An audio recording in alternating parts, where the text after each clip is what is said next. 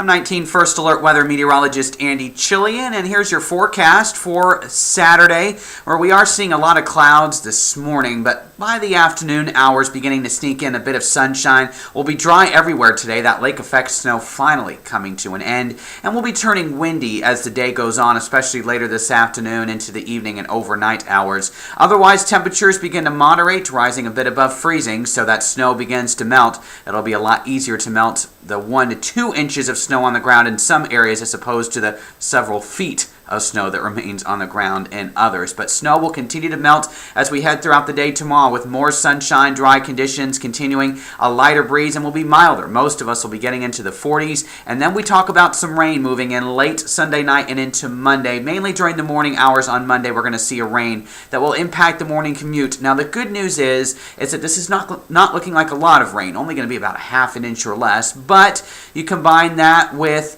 about 2 to 4 inches of water content in that snowpack across parts of the snow belt, and we could end up getting maybe some local high water concerns there, so we'll monitor that potential very closely. Your forecast on this Saturday, though, we're going to turn partly cloudy as the day goes on as we see a southwest wind increasing 10 to 20 miles per hour. Could occasionally gust up to 30 miles per hour during the daytime, high around 37. So after the cold start to the day, temperatures will begin to moderate. But even after the sun goes down, those winds will continue to increase, and so that could end up leading to maybe a few power flickers or hits, especially with gusts that could be up to 45 miles per hour at times. Meanwhile, right now, we're still pretty cold. Temperatures are well down into the 20s, and First Alert Doppler is quiet, showing a lot of cloud cover on satellite. I do expect the low clouds to break away with the southwest wind increasing, but some high clouds will move across. A little bit of snow getting real close to Ashtabula County again. I think this skirts by just to our north. We still have a bit of a lake effect influence, but it's more going to be focused into Pennsylvania and New York today, and certainly Michigan as well, as you can see on the widespread regional view. So here's a look at First Alert Future View showing those dry conditions, some high clouds moving across. Again, the wind will really pick up as we head during the overnight hours, and then it will lessen throughout the day on Sunday. Travel is good to and from Pittsburgh. Browns and Steelers Part 2. No snow game this time around. It'll stay dry, temperatures in the 40s. And then as we do head throughout the rest of Sunday, staying quiet until late Sunday night into Monday, this rain does move in.